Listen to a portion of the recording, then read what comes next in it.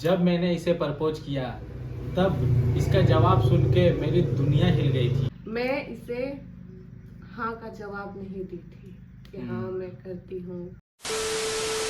तो जोहार दोस्तों, Radhe Radhe, welcome back to my new another blog. तो आज है डे 3। आज हम लोग बताएंगे अपने प्रपोजल स्टोरी। हाँ, ये कोई नॉर्मल स्टोरी नहीं है। तो दोस्तों, उस टाइम तक हम डेली बात करते थे और मुझे भी धीरे धीरे हम लोग एक दूसरे के करीब आ रहे थे। तो मुझे फील हो गया था कि मैं इसे पसंद करता हूँ। तो दोस्तों, एक दिन मुझे रियलाइज हुआ कि यह मेरी क्रश नहीं है। तो दोस्तों, फिर मैंने डिसाइड किया था कि मैं इसे प्रपोज करूँगा। मुझे पता नहीं था, बट आखिरकार मैंने इसे प्रपोज कर ही दिया था, आई लव यू बोलकर। तो गाइस, जब उन्होंने मुझे प्रपोज किया तो मैं बहुत शॉक हो गई थी कि इतना जल्दी। ये तो पता था कि हम लोग दोनों दोस्त हैं। एक आध लड़के होते हैं, आपको पता है, थोड़े छिछोरे टाइप के। मुझे वो लगा था इन पे। और ये जब बहुत जल्दी इतना प्रपोज किए तो हम अचानक शौक मार गए कि अभी कुछ दिन ही हम लोग बात किए और अचानक प्रपोज।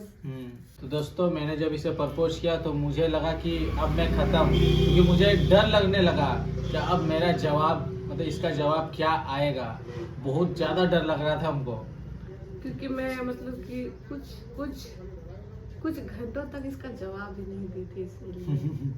क्योंकि हाँ, मैं 4-5 लेकिन बहुत घंटों तक इनका जवाब नहीं मैं दी कि हाँ मैं करती हूँ कि नहीं करती हूँ।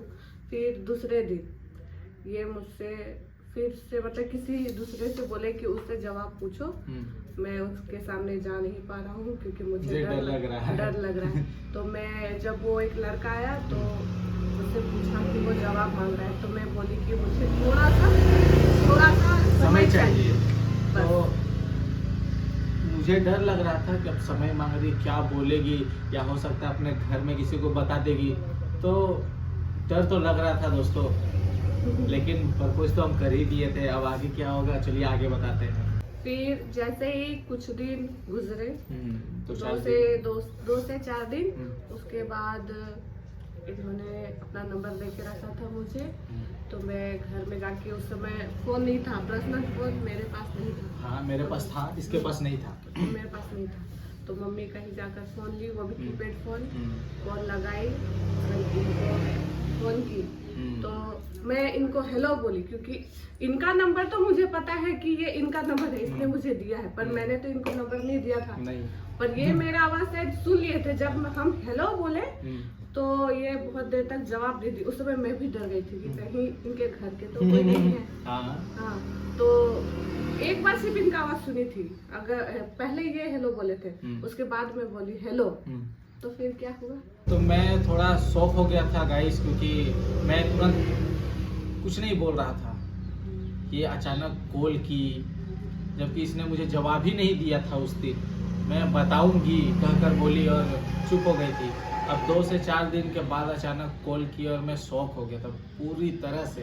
वो आपको पता होगा, जिसको किसी को प्रपोज करने के बाद रिटर्न कॉल आए और आप सुन के शॉक हो जाओ। अब आगे ये बताएगी। तो जैसे ही ये कुछ नहीं जवाब दे रहे हैं तो मैं तो समझ गई हेलो से ही कि इनका आवाज है। तो मैंने इनका प्रपोजल एक्सेप्ट कर लिया। मैंने भी कह दिया आई लव यू टू। तो उस दिन मैं पूरा पागल हो गया था इसकी बात सुनकर दोस्तों, कि आखिरकार इसने फोन करके मुझे आई लव यू टू बोल ही दिया। और मैं भी बहुत हैप्पी थी, मतलब कि पूरे दिन ये हैप्पी।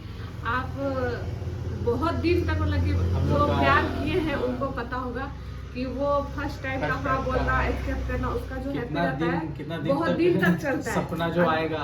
अगर आप बूढ़े हो जाओ या शादी हो जाओ, फिर भी आपको वो दिन याद करके अभी भी खुशी मिलेगा। क्या फर्स्ट डे। पर दोस्तों, स्टोरी यहीं पे खत्म नहीं होती है। तो कल हम लोग बताएंगे कि हमारे घर वालों को हमारे बारे में पता चला तो उनका रिएक्शन क्या था।